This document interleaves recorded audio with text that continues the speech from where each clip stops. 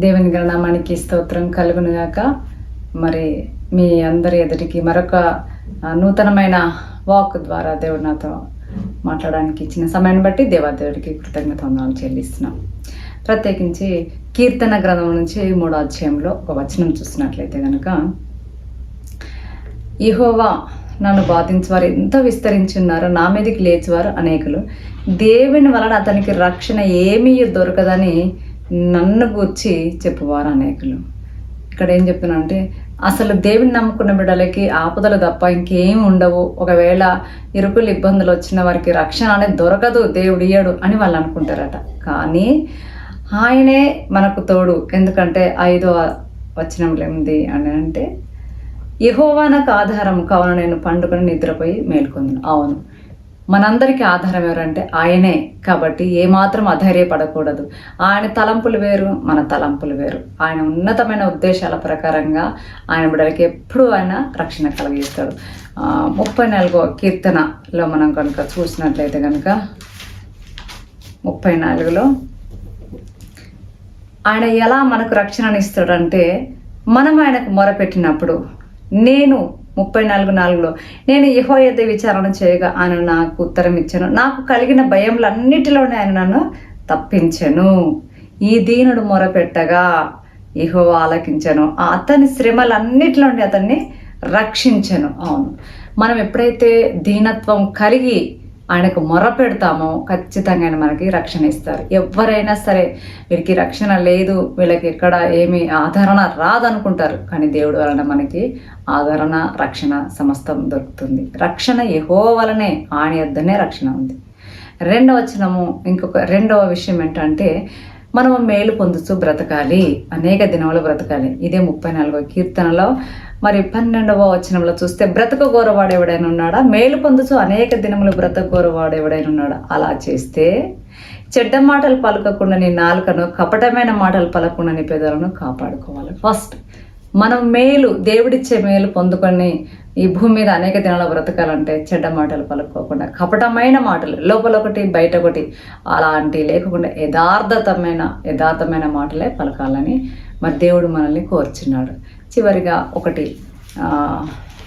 పేతురు గారు రాసినటువంటి 2వ పత్రిక 2వ వచనంలో చూస్తే, 2వ అధ్యాయంలో 21వ వచనంలో ఒక వచనం చెప్తాను, చూద్దామండి. క్రీస్తు కూడా మీ కొరకు బాధపడి మీరు తన అడుగు జాడలందు నడుచుకున్నట్లు మీకు మాదిరి ఉంచిపోయాను. ఆయన ఏ పాపం చేయలేదు. మనం ఈ పారాగ్రాఫ్ అంతా చూస్తే కనుక పేతురు గారు రాసిన మొదటి పత్రిక 2వ అధ్యాయము 21 నుంచి 25 వరకు ఈ పారాగ్రాఫ్ అంతా చూస్తే కనుక ఆయనే మనకు మాదిరి ఉంచాడు. ఆయన ఎంత అన్యాయమైన తీర్పు పొందినప్పటికీ నోరు తెరవలేదని, అసలు మనం పొందాల్సినటువంటి ఆ పాపానికి వచ్చే శిక్ష అంతా తన శరీరం మీద వేసుకొని మోసాడు. కనుక చివరిగా ఒకటి ఏంటంటే, మనము పాపముల విషయమై చనిపోయి నీతి విషయమై జీవించినట్లు ఆయన తానే తన శరీరం అందు మన పాపాలను మ్రాణ మీద మోసుకొనెను. ఎంత బాగా చెప్తాను చూడండి. ఆయనే మన పాపాలను మోసుకున్నాడు, తీర్చాడు మాదిరి. కాబట్టి మనం గొర్రెల్లాగా దారి తప్పి ఉన్నామని ఆయన ఎరుగును. అయితే చివరికి ఏంటంటే 25వ వచనం చూస్తామండి. ఏం చెప్తున్నాడు అంటే, మీరు గొర్రెల వలె దారి తప్పిపోతురి, కానీ ఇప్పుడు మీ ఆత్మల కాపరియు అధ్యక్షుడునైన ఆయన వైపునకు మళ్ళీ ఉన్నారు. హల్లెలూయా. ఇప్పుడు, ఎందుకంటే రోమా 8:1 కూడా, కాబట్టి ఇప్పుడు యేసుక్రీస్తు నందున్న వారికి శిక్ష విధి లేదు. అలాగనే ఇక్కడ కూడా పేతురు గారు అదే మాట చెప్తున్నారు. ఇప్పుడు మన ఆత్మలకు కాపరి ఎవరు? ఆయనే, ప్రభువైన యేసుక్రీస్తుల వారు. ఆయన మన కొరకు తన ప్రాణమంతా ధారపోసాడు. కాబట్టి ఈ ఆత్మలని ఇచ్చినవాడు దేవాది దేవుడు. తిరిగి తీసుకోవడానికి అధికారం కూడా ఆయనకే ఉంది. కాబట్టి ఈ భూమి మీద మనం జీవించినంత సేపు కూడా మన యొక్క ఆత్మల్ని కాపాడుతాడు ఆయన. తిరిగి మన యాత్ర ముగించబడగానే రమ్మంటాడు. కనుక మన ఆత్మను కాపాడేది ఆయనే.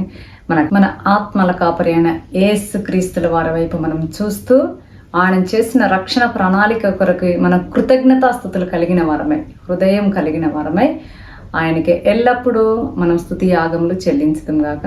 దేవుడి మాటలు మనందరి హృదయంలో ఫలింప చేయాలని కోరుకుంటూ, మనం అనేక దినములు మేలు పొందుచు బ్రతకాలంటే చెడ్డ మాటలు పలకకుండా మన యొక్క నాలుకను కపటమైన మాటలు పలకుండా మన పెదాలని కాపాడుకోవాలి. దేవుడి మాటలు దీవించుగాక. చిన్న ప్రార్థన. ఆమేన్. సకల ఆశీర్వాదములకు కారణమవుతున్న పరలోకపు తండ్రి, మీకు వందనాలు చెల్లిస్తున్నాను ఆయన. లోకమంతా ఏమనుకున్నా నీ వలన మాకు రక్షణ దొరకదని అనుకున్నప్పటికీ నాయన, మేము దీనత్వం కలిగి మొరపెట్టినప్పుడు మమ్మల్ని అనేకమైన ఆపదలను తప్పించేవాడవు నీవు. మీరే మా కొరకు ప్రాణం పెట్టి మరణించి తిరిగి లేసి తండ్రి కుడిపార్శ్వమందుండి మా కొరకు ఎదురు చూస్తున్నారు కనుక మా ఆత్మల కాపరి మేము భయంతోనూ వణుకుతోనూ కృతజ్ఞత హృదయాలతో నీకు మొరపెడితే నీ వాక్యపు వెలుగులో మేము జీవించే కృప మాకు దయచేయమని యేసయ్య అతి శ్రేష్టమైన నామమున అడిగి వేడుకుంటున్నాం పరమ తండ్రి. Amen. God bless you. God bless you. God bless you all. మీకేమైనా ప్రార్థన అవసరాలతో ఉంటే మాకు సంప్రదించండి. మా ఫోన్ నెంబరు మీకు స్క్రీన్ మీద కనబడుతుంది కనుక ఆ ఫోన్ నెంబరు సంప్రదించండి. అలాగే మినిస్ట్రీ యొక్క జీసస్ సాల్వేషన్ గాస్పల్ మినిస్ట్రీని కూడా మీరు ప్రార్థనలో పెట్టి పట్టుకోండి. జీమెయిల్ కూడా ఉంది దానికి. కాబట్టి ఆ మినిస్ట్రీకి కూడా మీరు మెయిల్ ద్వారా కూడా సంప్రదించవచ్చు, ఫోన్ ద్వారా సంప్రదించవచ్చు. దేవుడు మిమ్మల్ని అందరినీ కూడా ప్రత్యేకంగా అత్యధికంగా ఆశీర్వదించును గాక. ఆమేన్. ఆమేన్.